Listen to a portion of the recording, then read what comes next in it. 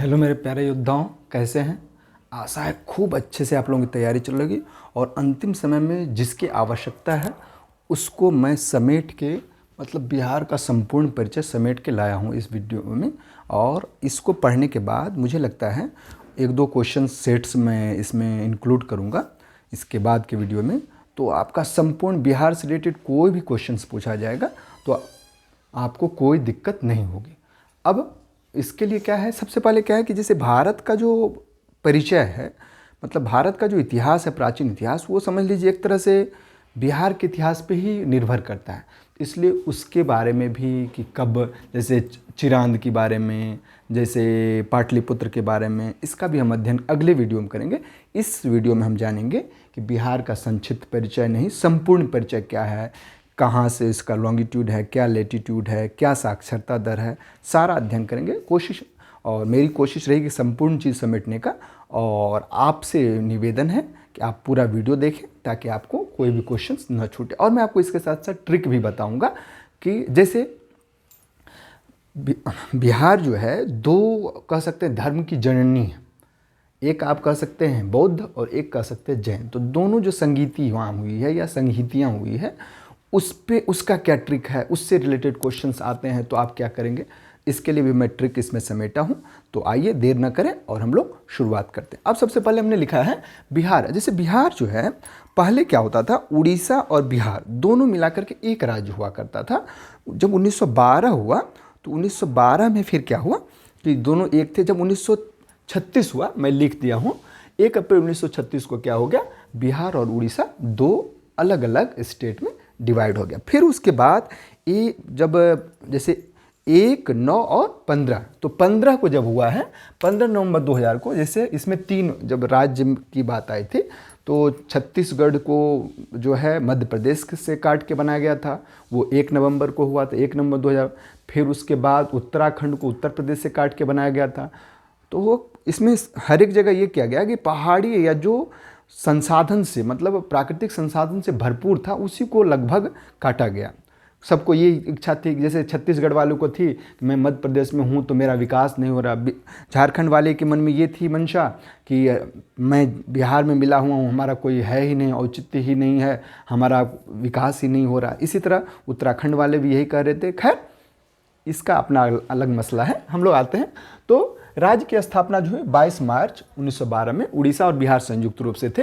उसके बाद जब 1 अप्रैल 1936 को हुआ तो बिहार और उड़ीसा दो अलग अलग राज्यों में बंट गया और 15 नवंबर 2000 को बिहार से अलग राज्य होकर के झारखंड बन गया।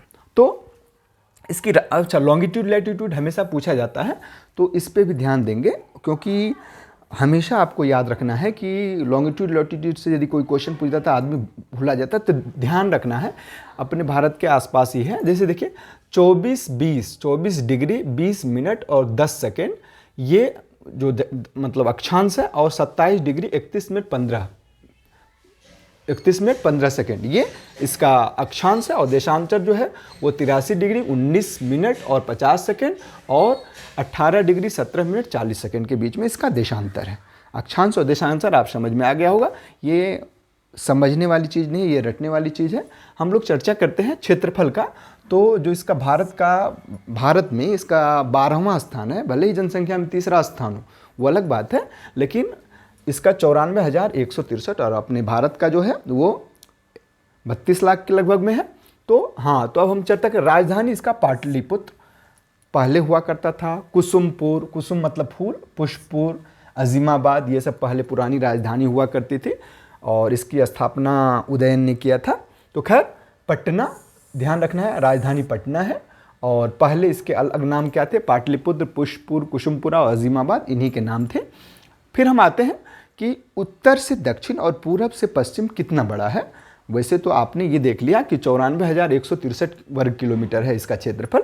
तो उत्तर से दक्षिण इस 345 किलोमीटर है और पूरब से पश्चिम जो है वो 483 किलोमीटर है। फिर हम उच्च न्यायालय की बात आते हैं जो 1916 में ही इसकी स्थापना हुई थी।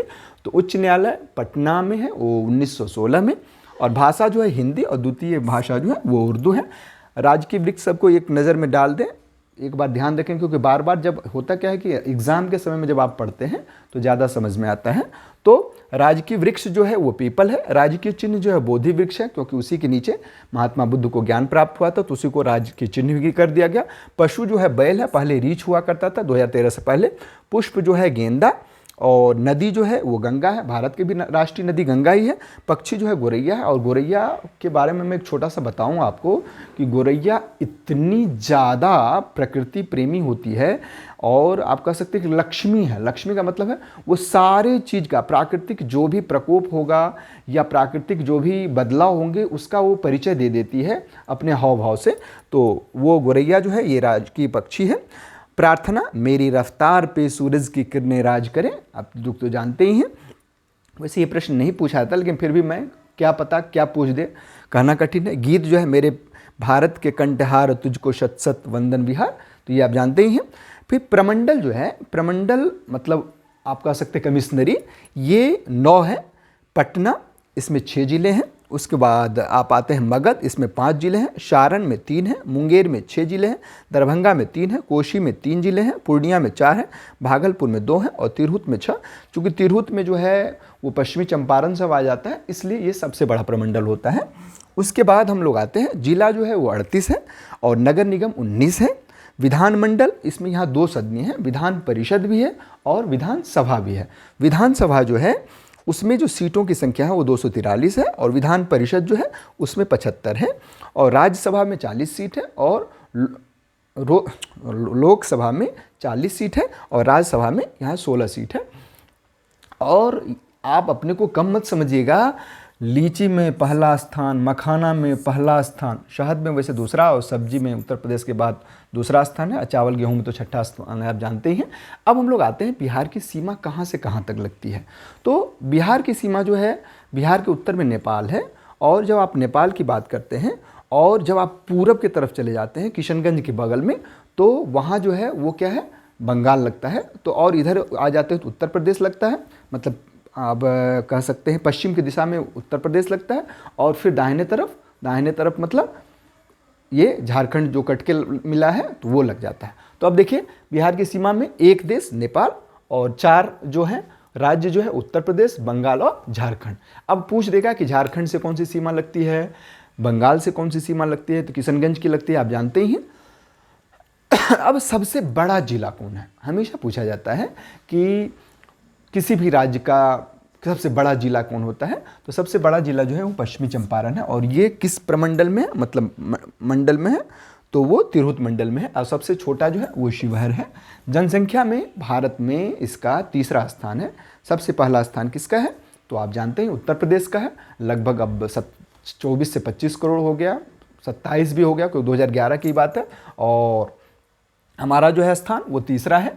जनघनत्व में प्रथम है, पहले ये उसका पश्चिम बंगाल का नंबर आता था, अब लेकिन पश्चिम बंगाल को हम पीछे छोड़ चुके हैं। और 1106 किलोमीटर, मतलब 1 किलोमीटर में 1106 व्यक्ति रहते हैं। उसके बाद हम आते हैं जनघनत्व की बात आते हैं, तो सबसे ज़्यादा वर्षा वाला जिला जो है वो किशनगंज है। और आप एक चीज़ जानते हैं, सबसे कम जो है वो औरंगाबाद में है। अब गर्म स्थान होता क्या है कि जो गया है वहाँ बालू ही बालू है। अब आप वहाँ एक नदी बहती है फल्गु, उसमें आप मुश्किल से इतना बालू हटा दें तो नीचे पानी आपको मिल जाएगा। तो बालू की एक खूबी होती है, वो बहुत जल्दी गर्म हो जाता है तो बहुत जल्दी ठंडा भी हो जाता है। इसलिए गौ से गर्म और गौ से गया, तो सबसे ज़्यादा गर्म स्थान जो है वो भी गया है, और ठंडा स्थान भी गया है। क्यों है, क्योंकि यहाँ बालू ही बालू है। फिर हम जनसंख्या पे आते हैं, तो जनसंख्या जो है पुरुष की, आप जानते हैं अपने भारत में भी पुरुष की ज़्यादा है, महिला, क्योंकि महिला के प्रति इस तरह की विचारधारा है कि ये विकास में बाधक बनेगी, ये मानसिकता है। ऐसी कोई बात नहीं है, मतलब चाहे महिला हो चाहे पुरुष हो, दोनों बराबर होते हैं। फिर भी हम जनसंख्या पाते हैं, तो हम तो ऐसे याद किए थे जब एग्ज़ाम हम देते थे, 10, 40, 99, 452। खैर आप लोगों को जैसा मन करे वैसा याद करिए। 52% जो है पुरुष है, और महिला की जो जनसंख्या है वो 47% है। ये 542, मतलब 5,42,78,157, और ये 4,98,21,295 है। एक मैं आपको और अच्छी बात बता दूं कि जनसंख्या ग्रोथ इतनी ज़बरदस्त है कि 0 से 6 मतलब छोटे बच्चे की जो जनसंख्या है उत्तर प्रदेश के बाद सेकेंड नंबर पे है बिहार की मतलब छोटे बच्चों की संख्या 1,91,33,964 है। चलिए हम लिंगानुपात पे आते हैं। तो भारत की जो लिंगानुपात 940 के करीब है, ये इससे बहुत कम है, 918 है। इस पे ध्यान देने, आप लोग भी नवयुवक हैं, ध्यान देने योग्य बात है। उसके बाद साक्षरता जो है पुरुष साक्षरता है, क्योंकि इसीलिए आपकी नियुक्ति की जा रही है कि जब तक आदमी पढ़ा लिखा नहीं होगा उसके मन में इस तरह की विचारधारा हमेशा बनी रहेगी। मूर्ख जो होते हैं या जो कम पढ़े लिखे होते हैं कि नहीं महिला जो है वो बाधक होती है, लेकिन जो पढ़े लिखे होते हैं वो समाज में हमेशा महिला और पुरुष दोनों बराबर की बात आती है। फिर हम लोग देखते हैं तो साक्षरता जो है, पुरुष साक्षरता जो है वो जो हमारा देश का साक्षरता 75 से ऊपर है। अब यहाँ की साक्षरता जो बहुत ही कम है, और आपको मैं बता दूं कि हमारे 28 राज्य में सबसे नीचे पायदान पे हैं। तो पुरुष की जनसंख्या 71.2% और महिला की जो साक्षरता जो है वो 51.5 है, और टोटल जनसंख्या जो है उसकी जो साक्षरता दर है वो 61.8% है।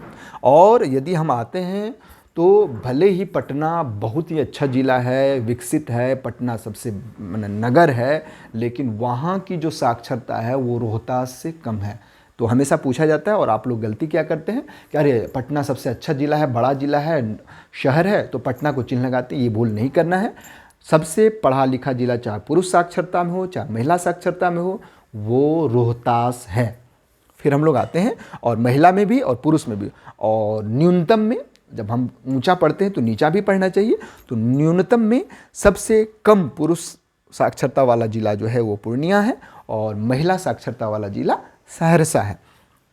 अब हम लोग आते हैं, अब आपको मैं बता दूं कि पहला स्थान जो है भारत का वो है हिमाचल प्रदेश का, जहां सबसे ज़्यादा नगरीय जनसंख्या है, और दूसरे स्थान पे आप इसको बिहार को ले सकते हैं। तो ग्रामीण जनसंख्या यहाँ 88% निवास करती है, और शहरी या नगरीय जनसंख्या है 11.3। तो ये ध्यान दें, पूछ दिया जाता है कि शहरी जनसंख्या और मिलान करने के लिए भी दे दिया जाता है। तो शहरी जनसंख्या और नगरीय जनसंख्या, नगरीय या शहरी एक ही बात होती है, 11.3, और ग्रामीण जनसंख्या जो है 88.71% है। अब राष्ट्रीय उद्यान जो है एकमात्र राष्ट्रीय उद्यान है, और राष्ट्रीय उद्यान वाल्मीकि राष्ट्रीय उद्यान है। वन्य जीव अभ्यारण्य 7 है, पक्षी विहार 5 है, जैविक उद्यान जो है 1 है, वो संजय गांधी, जिसको जू आप बोलते हैं, संजय गांधी जैविक उद्यान पटना में है। और केंद्रीय विश्वविद्यालय 4 है, गया में है, पंचानपुर में, पूर्वी चंपारण मोतिहारी में है, नालंदा में राजगीर में है, और पूसा जो कृषि विद्यालय है, कृषि विश्वविद्यालय मतलब केंद्रीय कृषि विश्वविद्यालय, वो समस्तीपुर में है। राज्य विश्वविद्यालय 20 हैं, और 2 डिम्ड विश्वविद्यालय भी हैं। एक का नाम है बिहार योग भारती और दूसरा का नाम है नालंदा महाविहार। तो ये तो हमने बिहार के बारे में चर्चा की। अब हम लोग जान लेते हैं, जो हमने आपको बताया था कि ट्रिक बताएंगे। और एक चीज़ ध्यान ये रखना है कि यहाँ की जो सबसे बड़ी सिंचाई परियोजना है वो गंडक परियोजना है।